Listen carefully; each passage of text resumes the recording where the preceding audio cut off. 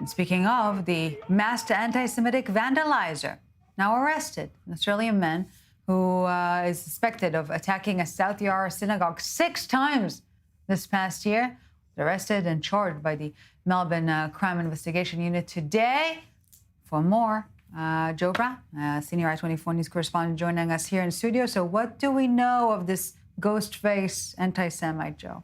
So what we know about him so far is that he is a 37-year-old man who has been terrorising one specific synagogue, the Melbourne Hebrew Congregation Synagogue. This is one of the oldest synagogues in the country, has a 150-year-old history, was the shul of many Holocaust survivors and still is the shul of many Holocaust survivors. This person, he is being charged with vandalising the synagogue on 6 occasions, the first time in March this year and as recently as last week. And you can see on the screen that he is doing so in the ghost face mask from the Scream movie franchise. And he is getting away on a scooter. And the police have arrested the man. And he is going to appear in courts in November, just in 2 months' time. Yeah, and he's not the first masked vandalizer or attacker in this respect. What makes it more difficult on authorities to actually locate and bring them to trial or to justice, not just in Australia but elsewhere? We've seen a spike in anti-Semitic attacks such as this one. Yes, well, in Australia, if you remember, last December, there was a firebombing at the Adass congregation synagogue, the Adass Israel congregation, and there were some dramatic videos showing the Torah scrolls being removed, burnt, trying to preserve them as best they can.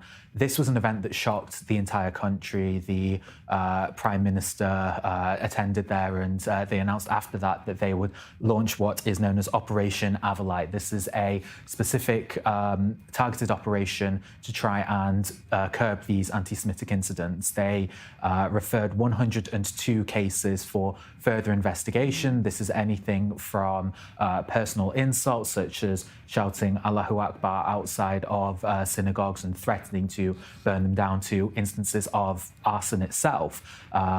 Actually, on that day, there was another graffiti attack on a synagogue. This is January the 10th when they launched this operation. 1 day later, on January the 11th, there was a firebomb attack at another location. Out of those 2 events, the graffiti vandal, they were not caught, but the firebomber was caught and was charged. This shows where the priorities of the police lie. This is not just an issue within Australia. This is something around the world, especially the Western world, where police do not get as much funding as they perhaps should do. So they are not able to focus their resources on everything. So they try and focus on the more violent issues, such as the fire bombings. In fact, just the Adass Israel bombing, the one that started this whole operation, it was only last month that they arrested the first person, and last week that they arrested the second person. In Australia, they say that they have around about a 60 to 70% rate of catching